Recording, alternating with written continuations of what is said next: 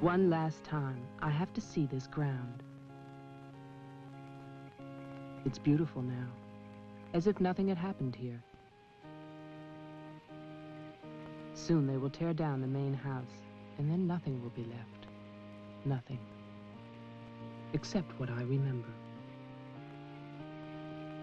I grew up in the town nearby, where my father was the mayor, and where this house stood waiting for me. It was built by Wilfred Butler. We had never seen him, and he never lived at home.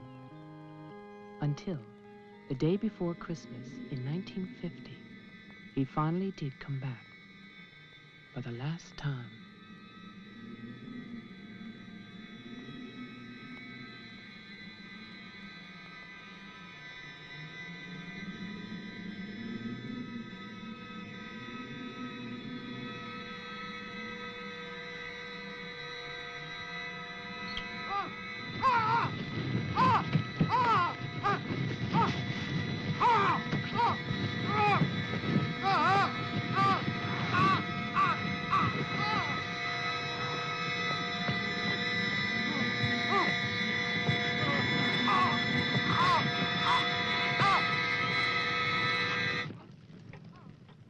All of us believe that his death was an accident.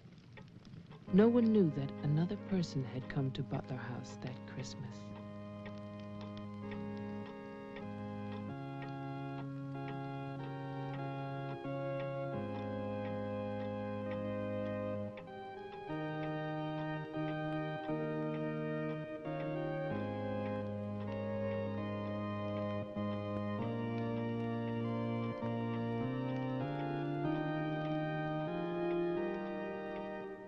As Deputy Coroner of the County of Arlington, State of Massachusetts, I hereby find, upon evidence of an autopsy conducted by the medical examiner of this county, that the deceased, Wilfred Butler, died as a result of burns inflicted accidentally upon himself on his own premises during the afternoon of December 24th, 1950. No further inquiry shall be held over the body of the deceased, and this inquest is officially closed. All is calm, all is bright, round yon virgin mother and child.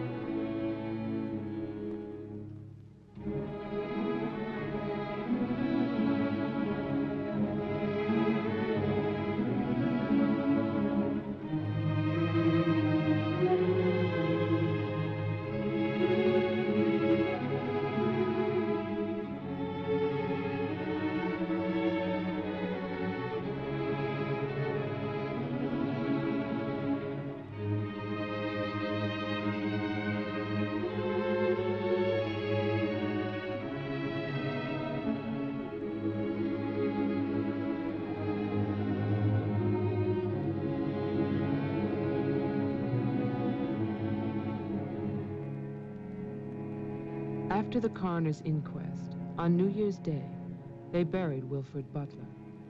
There was no one there to mourn him. It was the funeral of a stranger.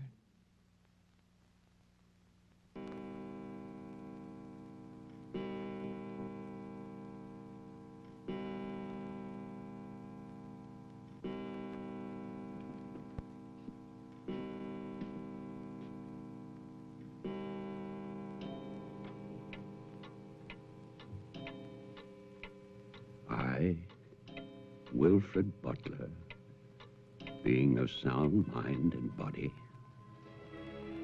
at least what the world considers sound, do hereby leave my house and its grounds and all personal effects within that house to my only surviving relation, my grandson, Geoffrey Butler. And I solemnly charge him with one duty. Let him leave the house as I left it, standing untouched to remind the world of its inhumanity and cruelty. For 20 years, that house lay empty, exactly as Wilfred left it. And then, last year, rumors began that it was finally being sold.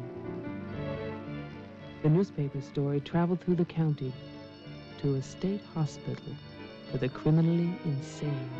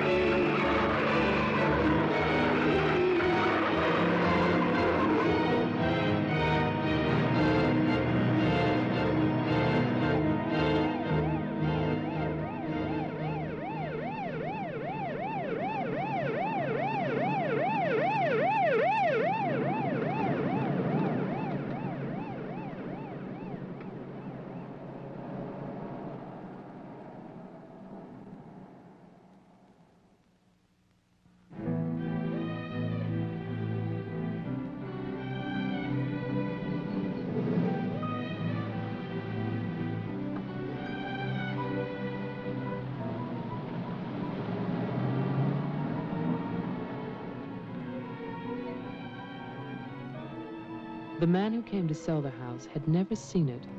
He was a lawyer from the city, just doing a job and enjoying it.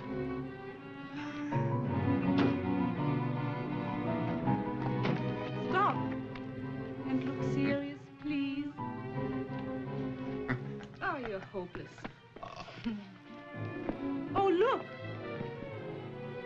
Hey, wait, where you going now? The mayor's gonna have a fit, kid. One more shot. Come on. Stay there. I want one together. And smile.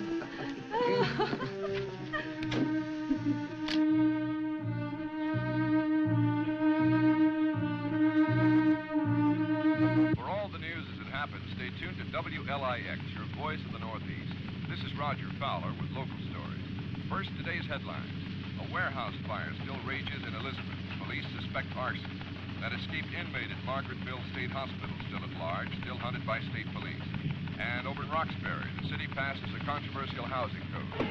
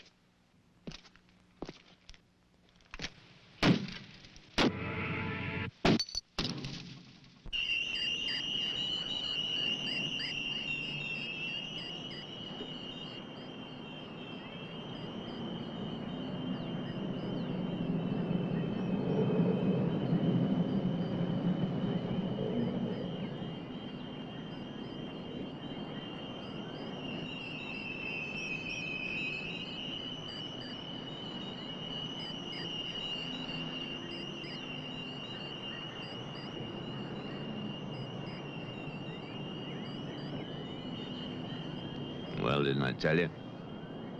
It's beautiful. Can we see the rest of it? Honey, that was it. I think the mayor's waiting for me. My love is such an important man. Right. Laura always says that. Darling, What? don't be long. Honey, if you get bored, just look at the view. Sooner or later, that viaduct's gonna take us back home.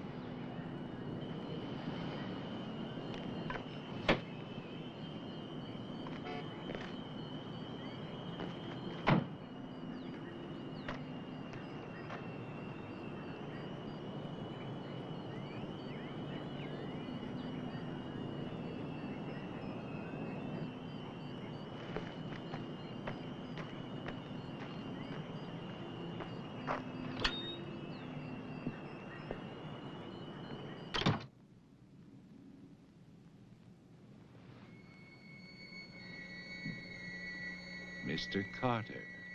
Mr. Mayor.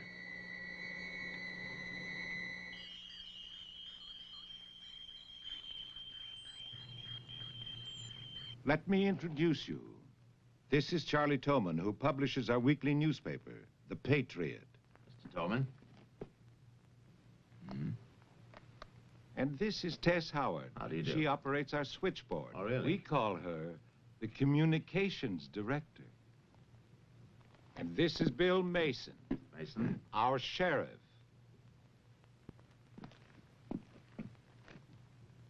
Won't you sit there, Mr. Carter, at the head of the table? Thank you. I didn't expect to meet you all together. It's quite a reception.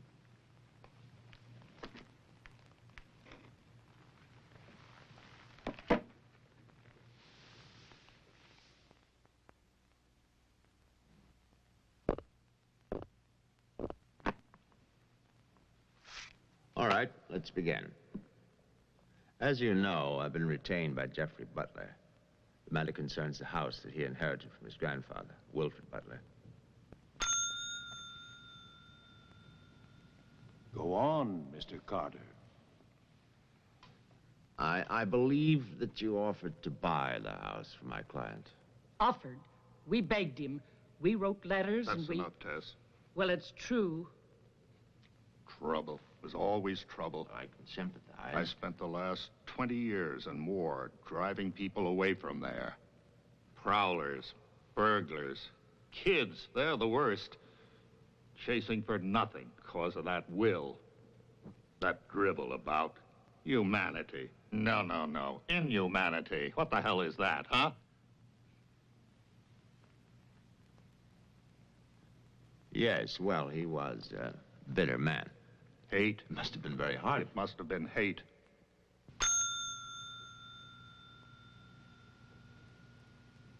That man hated. Well, some people are like that.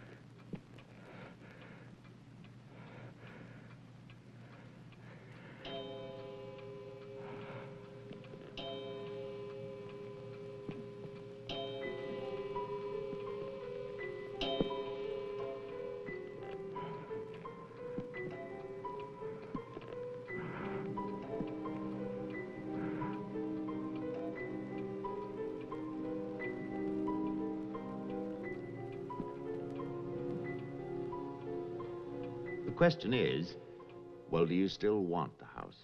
Are you offering it to us, Mr. Carter? Exactly. Why now? Well, that's Mr. Butler's business, isn't it? You know we're not rich. Most of us came here during the Depression. But we love this town. It's our home. And naturally, you want to improve it. Exactly. My client understands that, and he fully sympathizes, and he's willing to sacrifice the house for $50,000 in cash by noon tomorrow.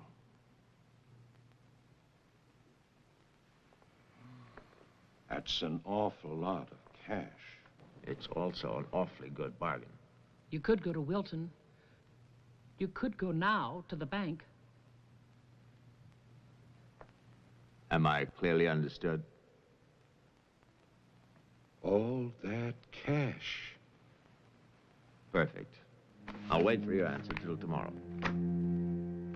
You're spending the night here? Yes. May I ask where? At the Butler House. We could put you up at the motel as our guest. No, the house is fine. The Paradise Motel. That's very kind of you, but I'm meeting Mr. Butler about some personal items. You'll want a phone. I can reconnect the line. Don't trouble, please. No trouble. You'll need a phone. Don't want to be stuck out there. Mm-hmm. Well, you've convinced me. Thank you. By the way, have you known Mr. Butler a long time? No, I've never met him. He called me and asked me if I'd handle this for him. I said yes. He had the key delivered to my office. Mr. Mayor, Sheriff, Mr. Tolman, Miss Howard, see you all tomorrow. In fact, I'm looking forward to it.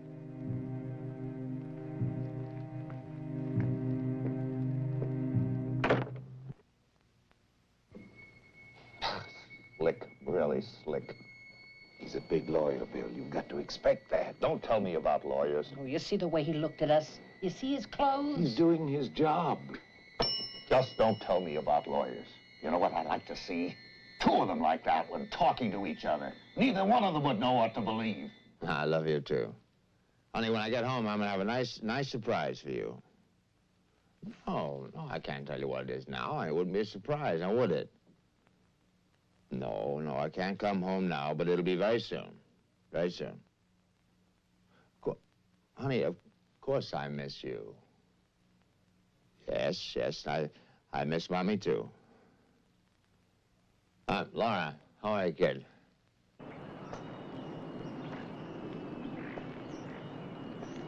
So I'll call tomorrow. No, I want to call. I want to talk to Jenny. Yeah, well, as a matter of fact, I'm having a fine time. Well, same to you, darling. What do you mean, hostile?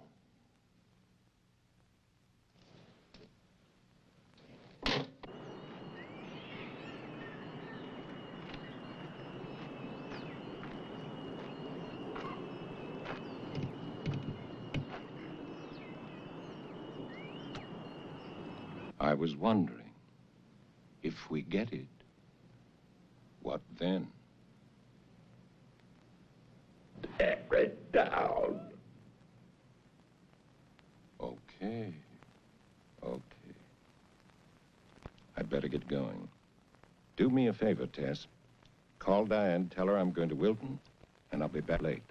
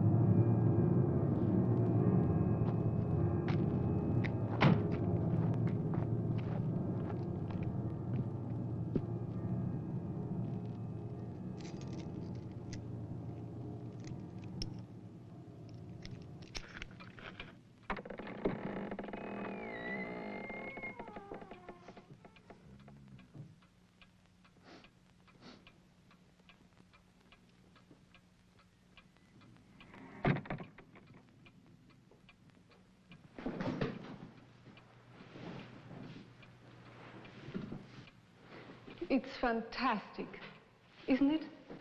Yeah. Butler wasn't kidding. Nobody's lived here for years. That would be such a waste. It's his grandfather's monument. You know, there's a caretaker who keeps this place just the way he left it. What kind of monument is this? Well, that's the trouble. Nobody remembers anymore. That's what usually happens in America. I remember this. And he walks with me, and he talks with me, and he tells me I'm his own. And he walks with me, and he talks with me, and he tells me I am his own, and the joy we share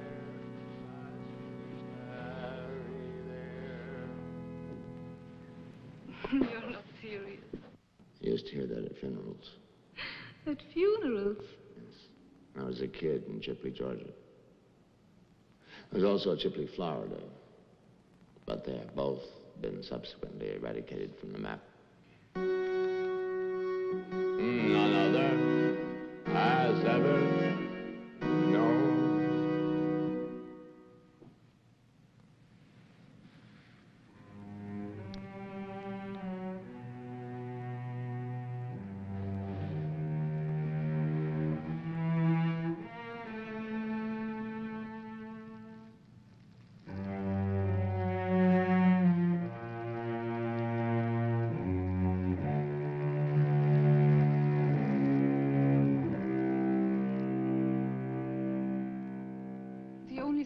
Was a delicatessen, so I brought you pastrami, salami, potato salad, macaroni, everything you like. I'll have bologna and macaroni. No, some of that potato salad. Did you pick the wine, too? The delicatessen man took a personal interest in its selection. Oh, well, we got lucky again. That's early 1970. That's hard to come by. Can I have some, too? Of course you may.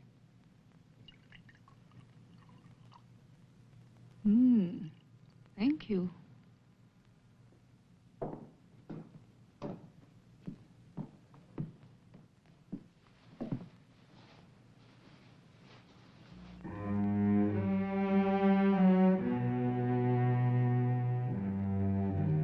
It must have been wonderful.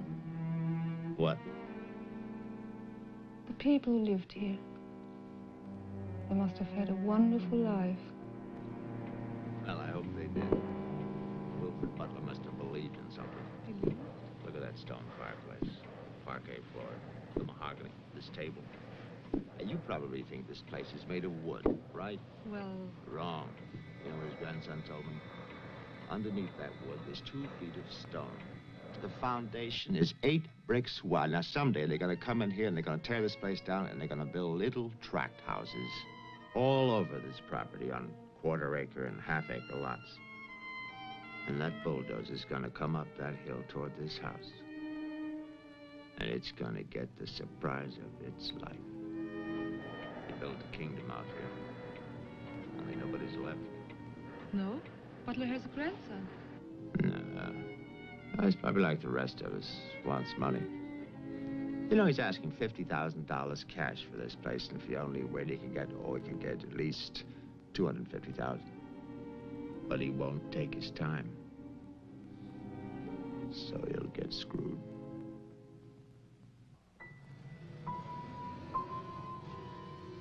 Do you want to go upstairs now? Soon. You know, one of the great pleasures in life is the pleasure of anticipating pleasure. Isn't it?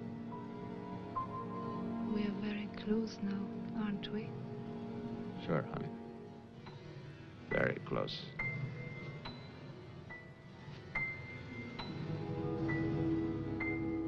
I don't see any beds yet. Well, keep looking, honey. Butler said the place was furnished.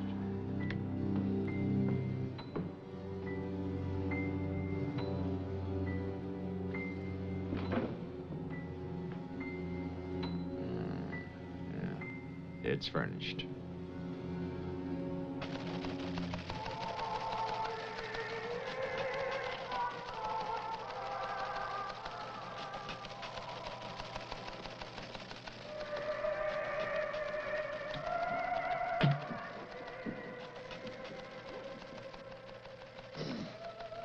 Anything doing? No, sir. But look at this. More football, huh? Look how they smeared that quarterback. Look at his arm. Got no time now. Otez. How about that telephone up at the Butler house? Is it working? Well, try it now. I'll wait.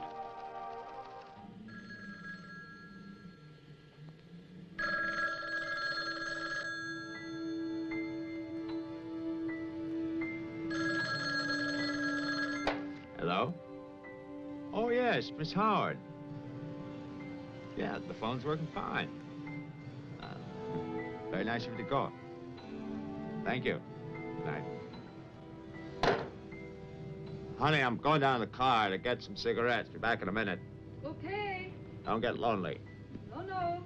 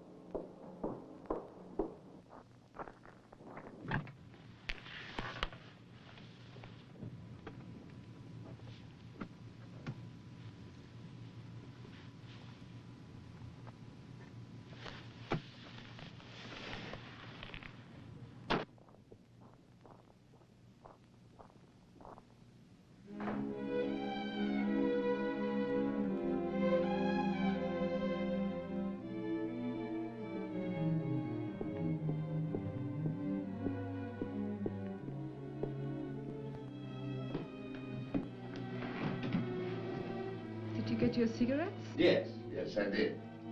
May I have one? Sure. Oh, it's the most amazing things. These cigarettes come in these very small packages these days. Oh, that's for me? Mm-hmm. Can I open it? Oh, no. Our Christmas is day after tomorrow. Is that an order? Yes, ma'am, that's an order.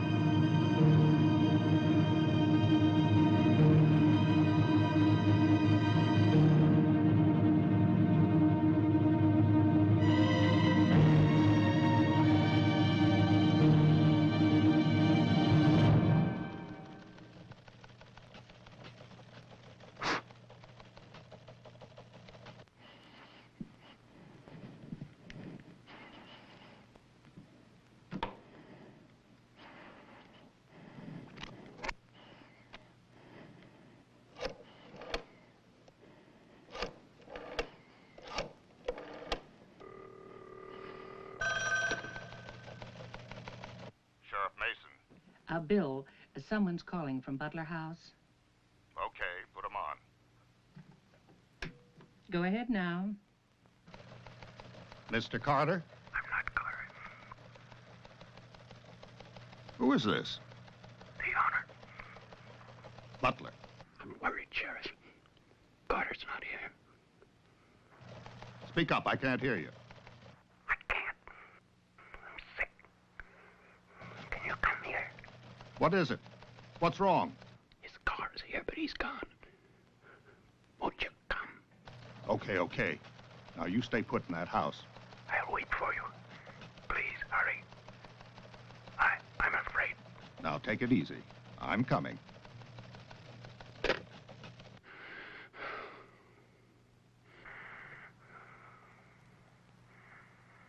Mr. Butler, are you done? Tess, I've come back. What's that? Tess, I want to see you again. Hello? Who is this? You know me, Tess. It's Mary Ann. Tell the mayor. Tell them all. I'm waiting in my father's house. Tess, it's so lonesome here. Don't be long. Hello? Hello? Hello?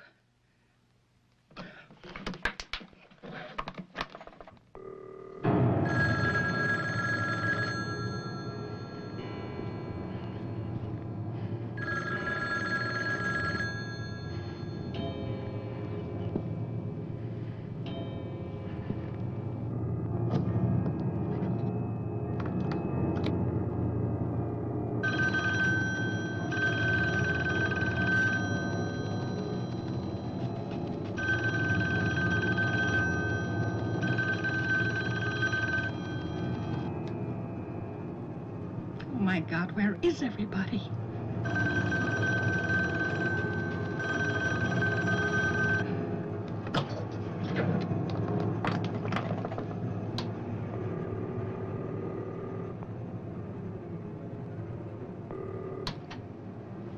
Hello?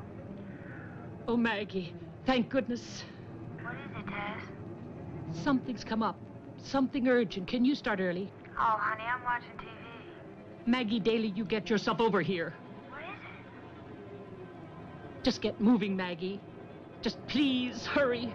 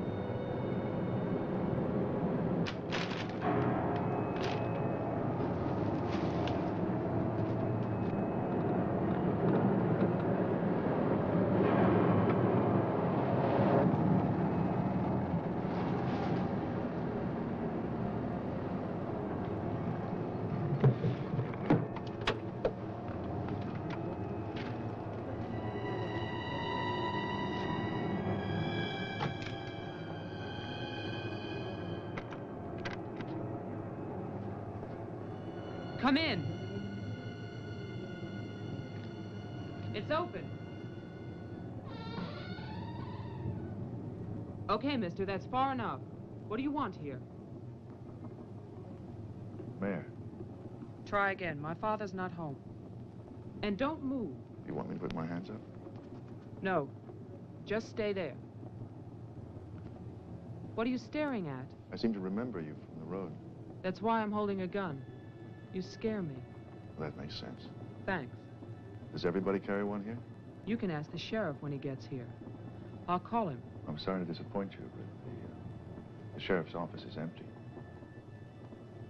How do you know? I was just there. Who are you? Jeffrey Butler. Oh, you're the one who's selling the house. Yes. Have you any ID? Come on. Don't laugh at me. I want your ID. Some maniac escaped from Margaretville.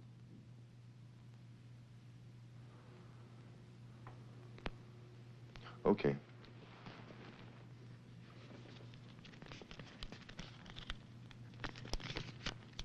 Put it on the table.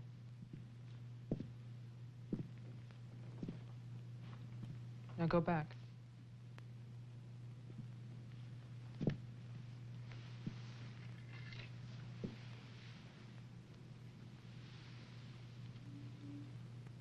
California license. Lucky you. Would you like to see my maniac card from the asylum? They give you one when you escape. There's a big scarlet M on it so people won't get confused. Okay. Look, I'm sorry about the gun. My father's in Wilton getting your money. All I want to do is to get into my house. The sheriff's deputy might have a key. He's about the only one I know of. Well, where's he? You go down the road about 1.5 miles till you come to a white house with a white fence, and then you can't miss it. Thanks. That's okay. Merry Christmas. Same to you.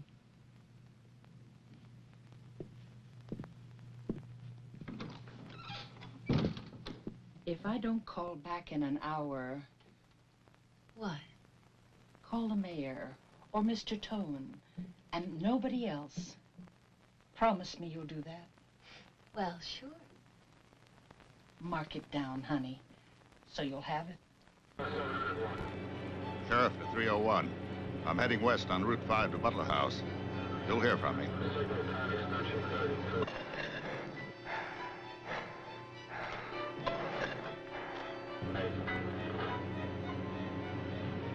What the hell? What's that light out there?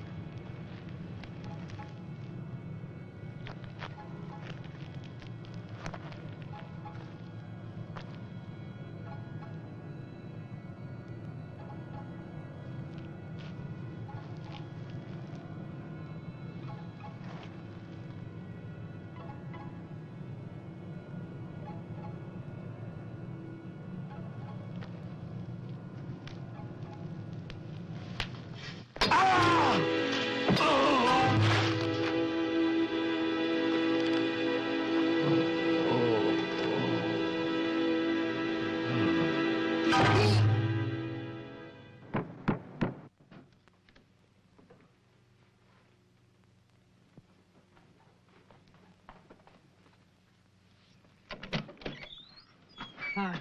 Hi. Did you find the deputy? No, I wasn't there. Oh. I was thinking, isn't your lawyer supposed to be at the house? The door was locked. His car was there, so I borrowed it. You mean you stole a car? Yeah. Keeping it warm. What if he needs it? Let him find me. Who's coming to dinner? Oh, Daddy. We always have dinner every Thursday. Do you want something? No, I ate Paradise Motel. Yeah, I know. It's awful. What about a drink? Yeah. It's cheap bourbon, but that's a big favorite around here. Do you want ice? No, straight. You look tired. I am tired. Well, here's to a fast dollar. Cheers.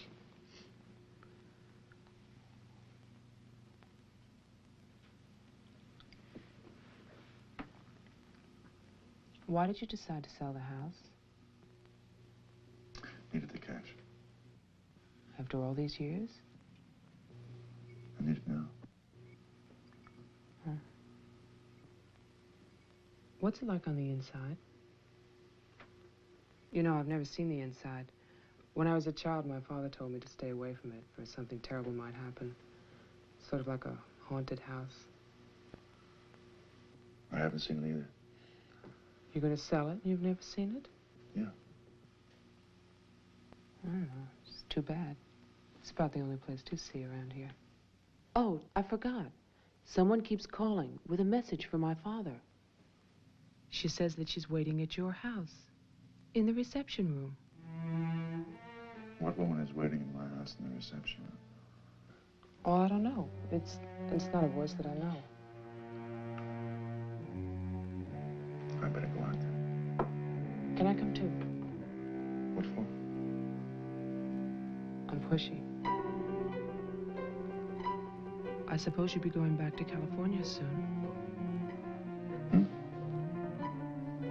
California? You said you lived there, remember? No, I'll be traveling. Jeff, look. It's the sheriff's car.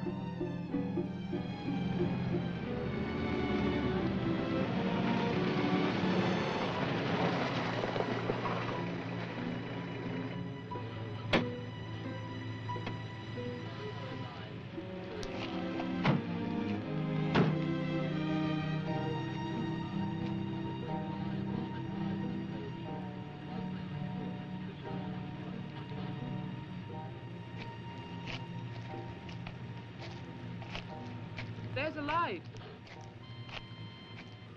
Look at that tombstone. Pretty cheerful. Who bears the cross shall wear the crown. Wilfred Butler. My grandfather. Oh.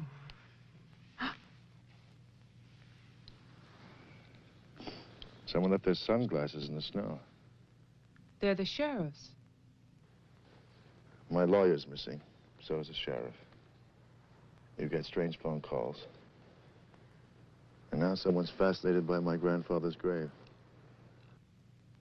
Let's get out of here. You still want to go to my house? Yes. But I don't want to go alone. Listen. I'm not nervous. Well, of course you're not. Oh, it's the cold. I'm shaking from it. Let's get out of here. Okay. We'll get help in town. It's 10 minutes drive.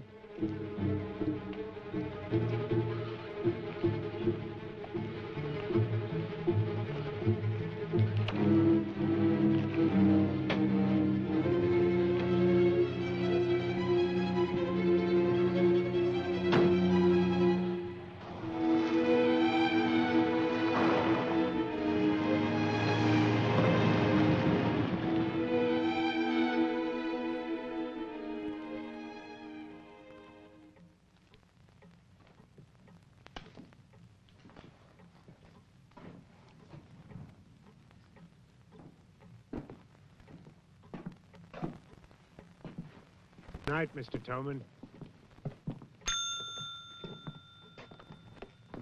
Have a nice holiday.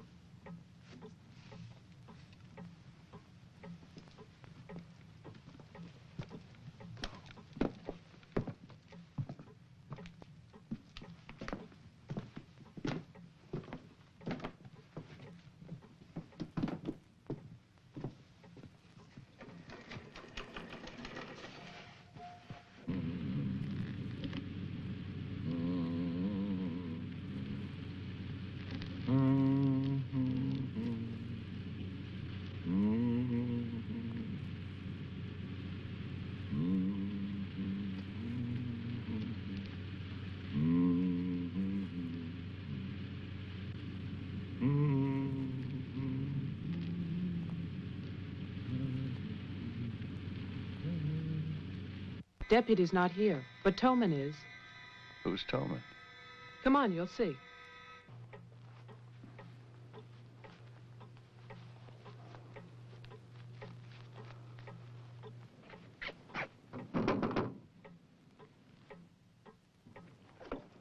Mr. Toman, wait. No, please, I have to talk to you. I'm sorry. This is Jeffrey Butler. He's the one who's selling the house. He can't get inside the place. And my father's gone to Wilton. So we wondered...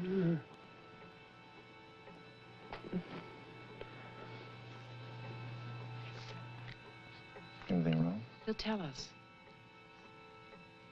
Tess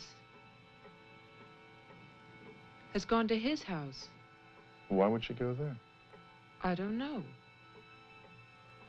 Anyway, she won't get in. You say it's locked. He says she hates the place. Would you like to drive there? Diana could stay here, lock herself in. I need a key.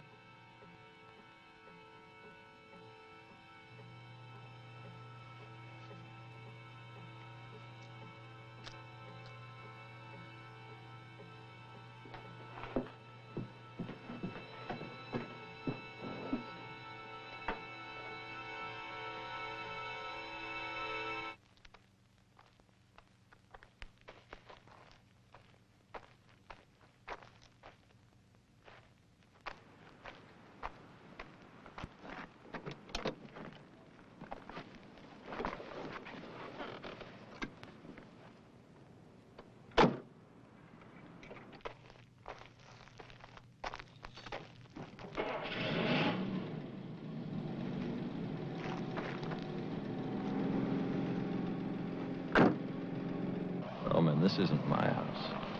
It's Tess's.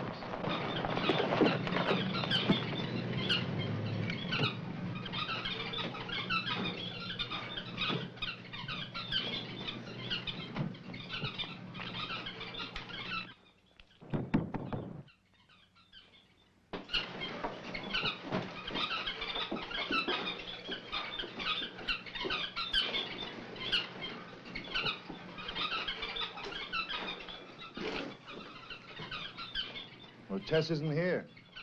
Are you satisfied? She must have gone to my place. Well, why wouldn't she go there? She hates it.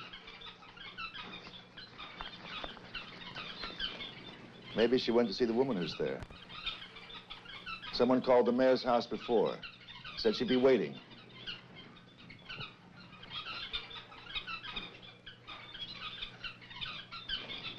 What is it?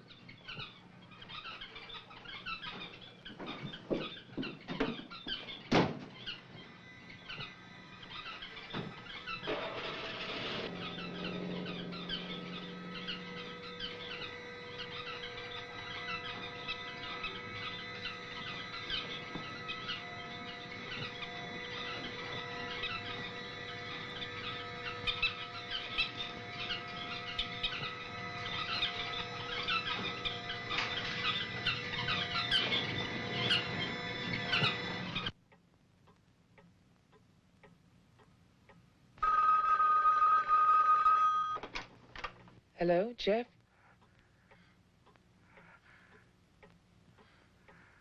Hello? Is anybody there? Who is this? I'm Diane Adams. I spoke to you before. Bring your father to the house.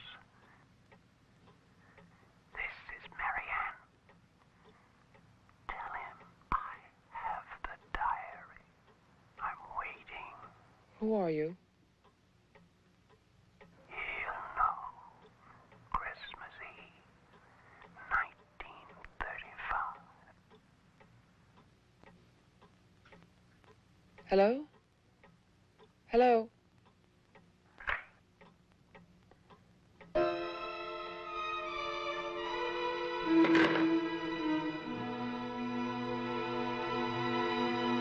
Be quiet.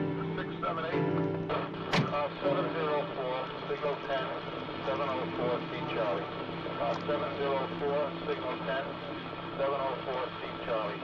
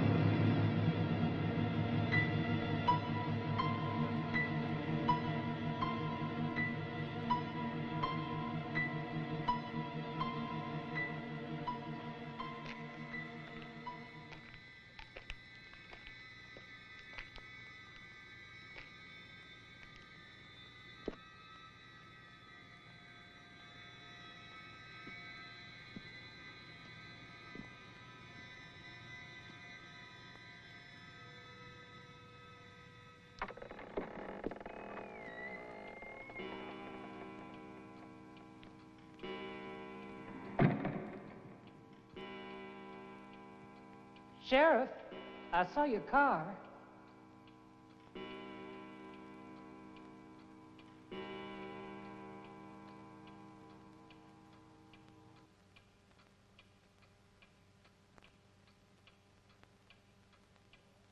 Bill? Is that you?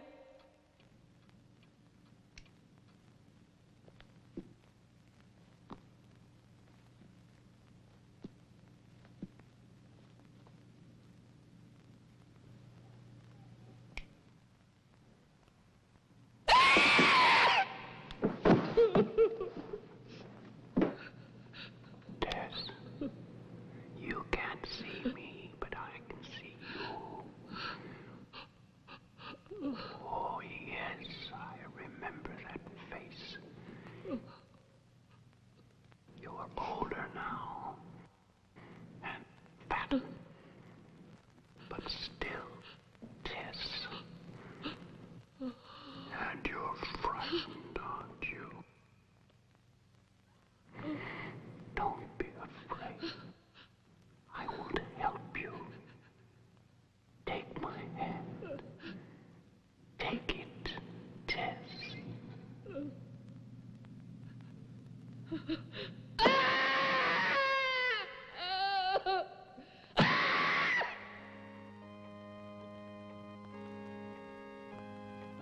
The person on the telephone said 1935, Christmas Eve. But that's not the beginning. In 1927, Butler House was restored by Wilfred Butler. After that, I find social notes, parties, nothing special. Then, in 1930, Butler's wife, Catherine, dies of tuberculosis. In August 1933, it starts. Wilfred Butler's daughter is cruelly attacked and raped. Her name is Mary Ann, the same name as the caller who left those messages tonight. She's 15 then. On May 2nd, 1934, Mary Ann Butler gives birth to a son, Jeffrey Butler. Jeff. Early in 1935, Butler House is turned over to a Dr. Robinson as an asylum for mental patients. And then Butler goes on to say that he has committed his own daughter. Mary Ann will live at the asylum. There's no end to this story. It's been carefully cut out of all the papers. Why would Toman do that?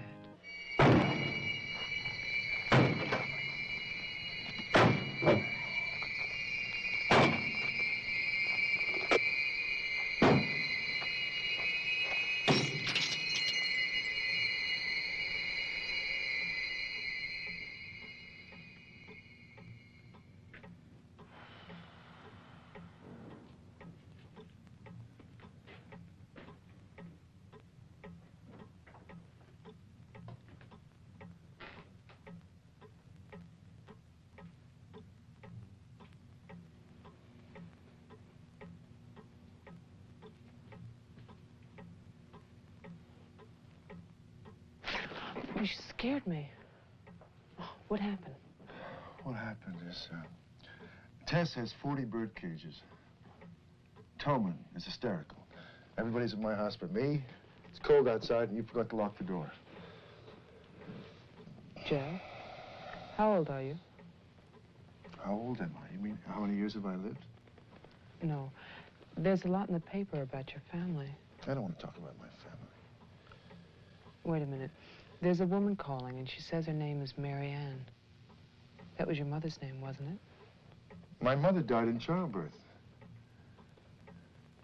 That's when I started traveling. It's not what the papers say. What's your point? I just thought that you should read something for your own good. Nothing you could tell me about my past or future would be for my own good.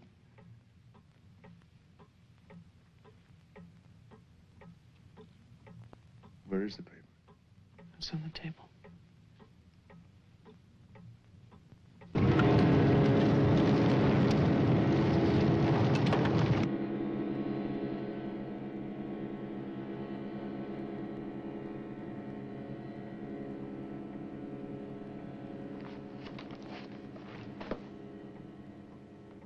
It's so stupid to lie. I missed the whole event. Jeff, maybe your mother's still alive. Maybe she's waiting for you at the house. I don't know.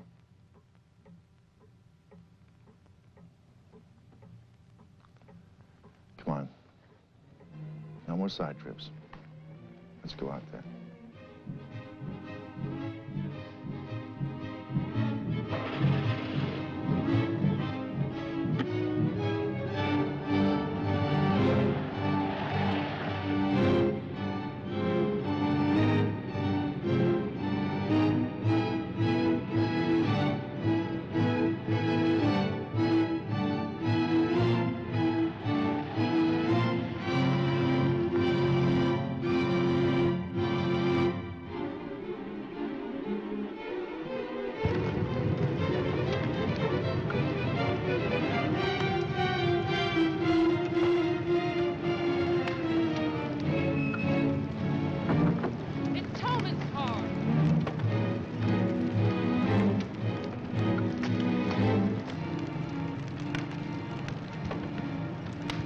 It's empty.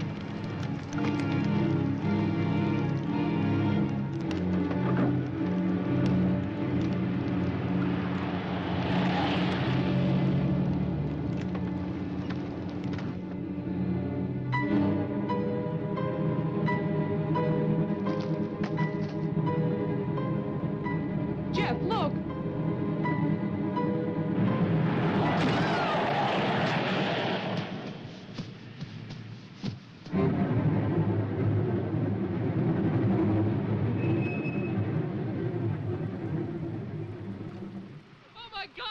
Stay back! It's Toman! Stay back!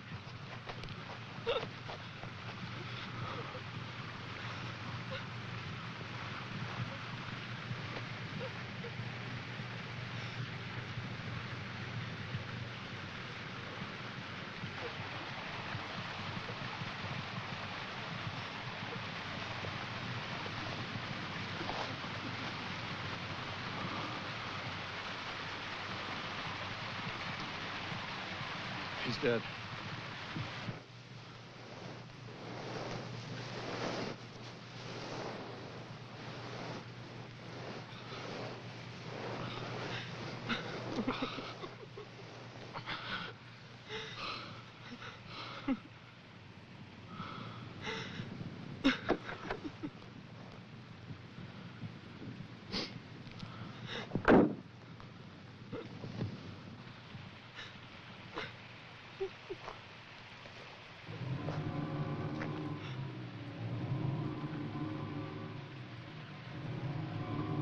His hands.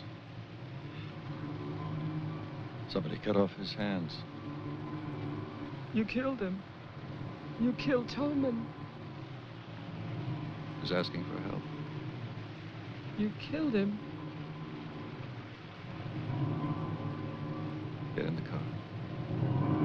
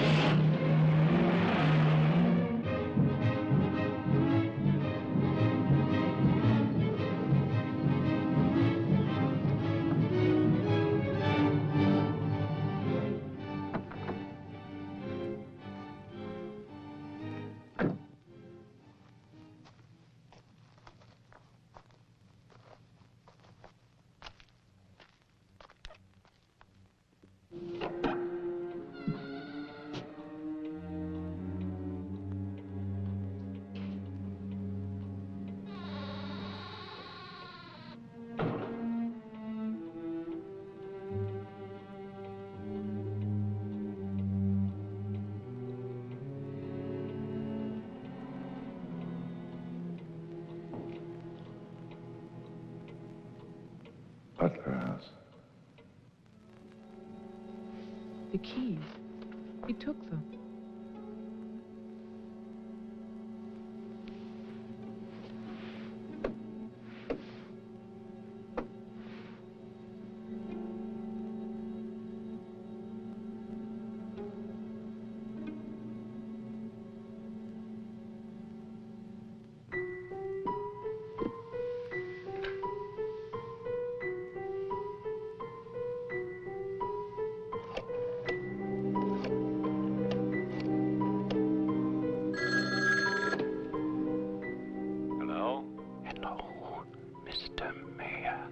Yes, what?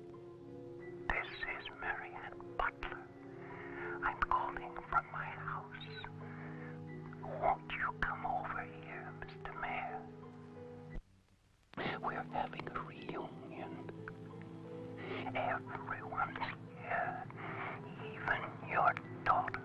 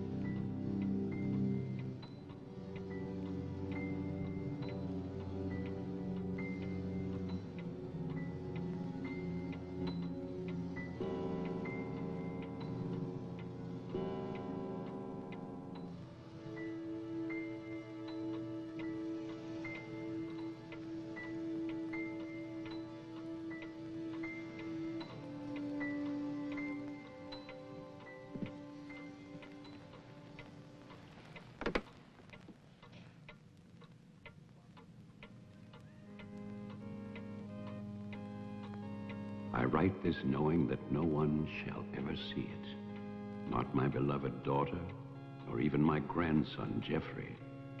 I write for myself in the hope of forgiveness, if that is still possible. And I write for you, Marianne, whose youth and innocence I have destroyed. By 1935, the doctors had treated my daughter for a year. I had believed they could cure her. The child, Jeffrey, was taken from us and sent to California. I turned my house into an asylum. I brought doctors to live there. I welcomed other patients. Useless. All of it.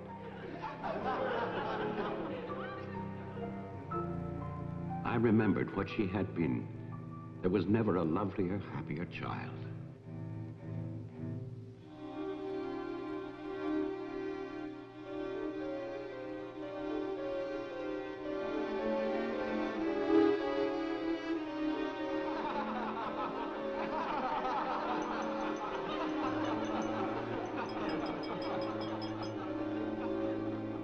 Ladies and gentlemen, now quiet, please. I propose a toast.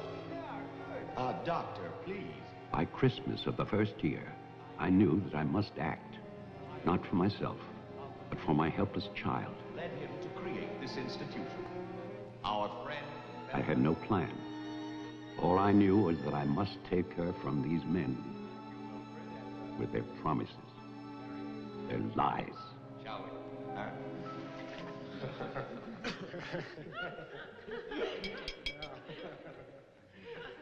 For he's a jolly good fellow, for he's a jolly good fellow, for he's a jolly good fellow, which nobody can deny, which nobody can deny, which nobody can deny, for he's a jolly good fellow, which nobody can deny. I knew that they would gorge themselves into a stupor that afternoon. It was their celebration. I expected no less. Since they had come into my house, they had acted as if they owned it. They had behaved like poor relations, half guilty, but finally unable to control their appetites.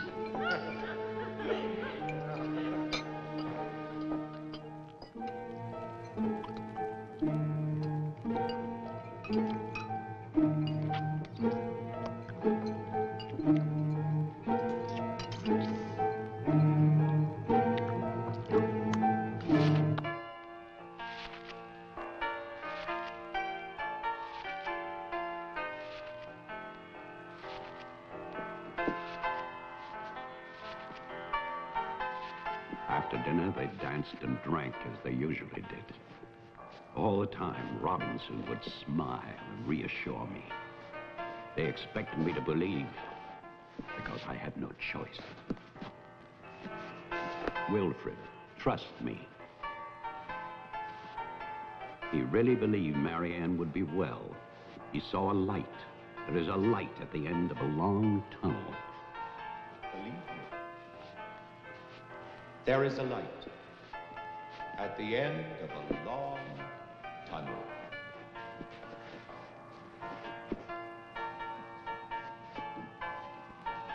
Stay here, Doctor. I'll get more champagne. He was ready. I knew it. Drunk and fat and full of his own importance. I left then.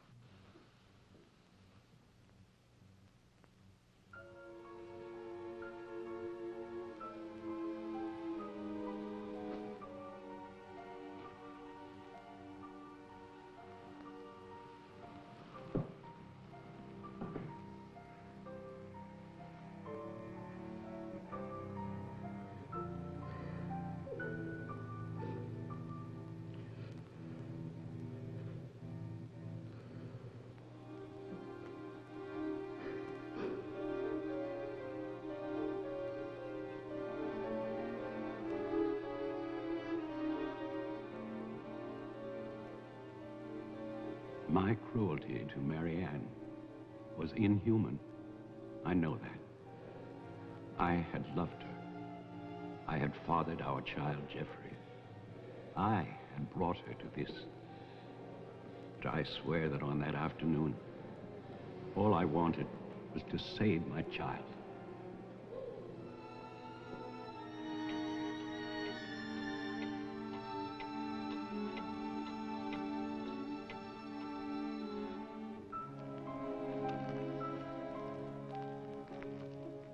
My hope was to get her away from that house. But also, I wanted to set free those other wretches who had so long been abused by the doctors.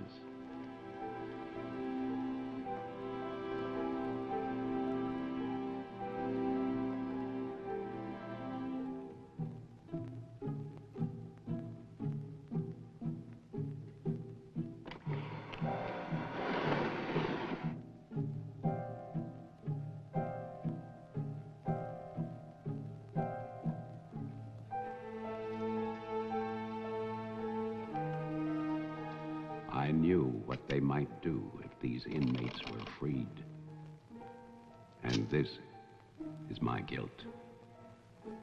I knew, and still I freed them.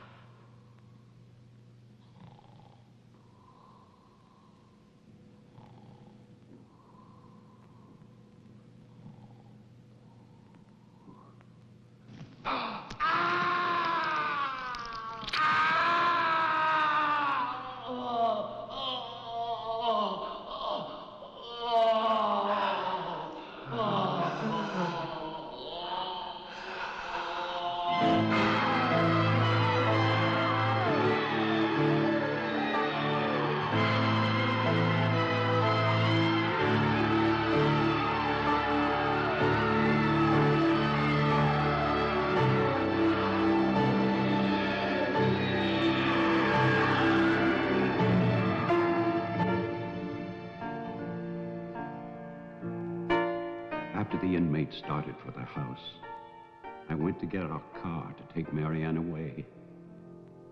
I do not know exactly when she slipped away from me. I assume that when they saw her in the dining room, the inmates believed her to be part of that household which they hated.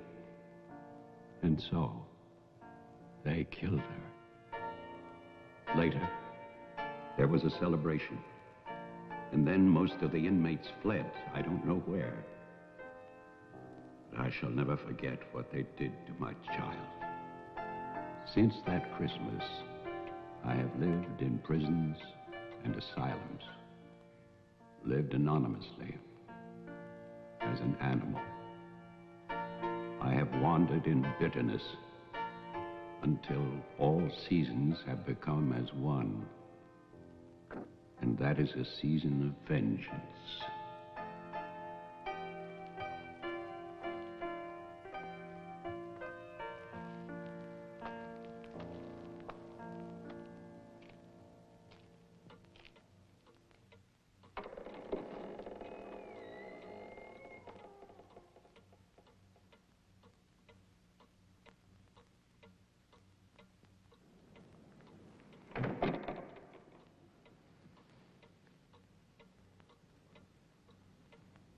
Jeff.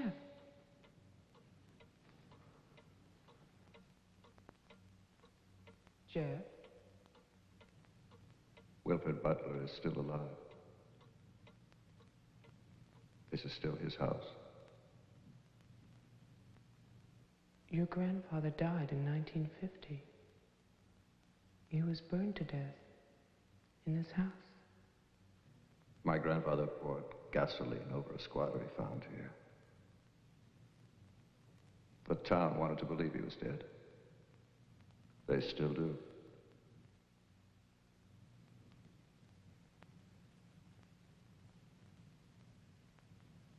This house was an asylum. There was a massacre by the inmates. Tess, Toman, the sheriff. Your father. No. All inmates. They killed my mother in this room.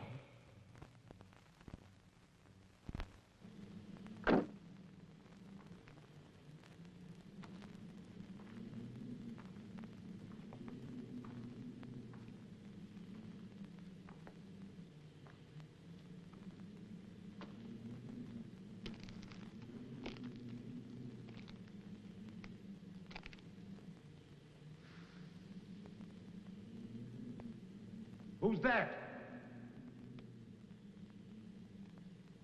Who's there?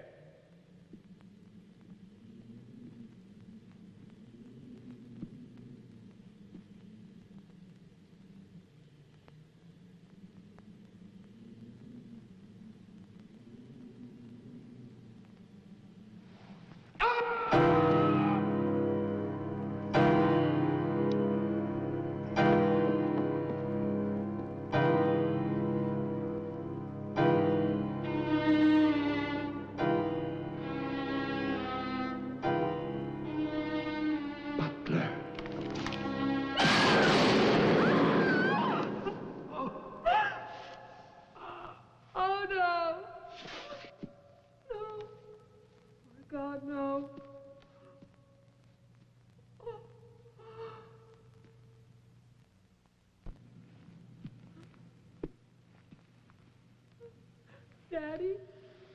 Daddy?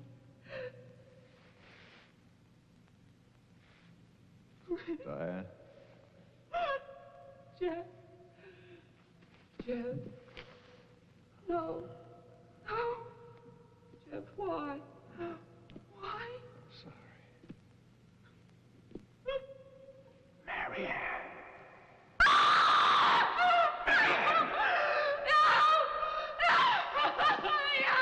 Don't run away. Don't. I'm your father. Don't be afraid. I won't hurt you. Please.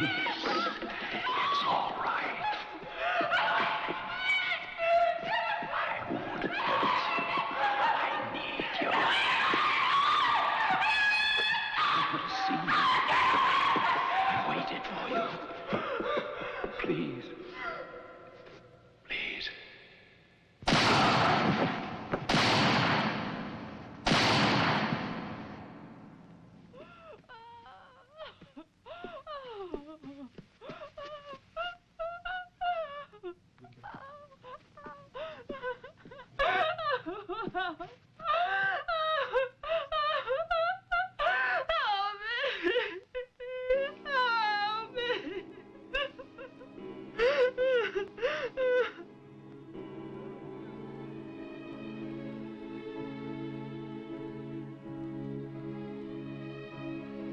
I spent that night weeping.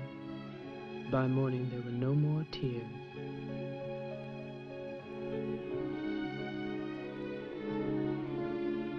I know that my father and Jeffrey both thought they were shooting at killers, but they were simply the last victims in that house of victims.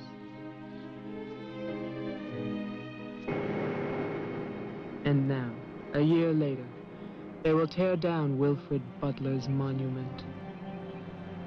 But they can never destroy my memories of what happened here.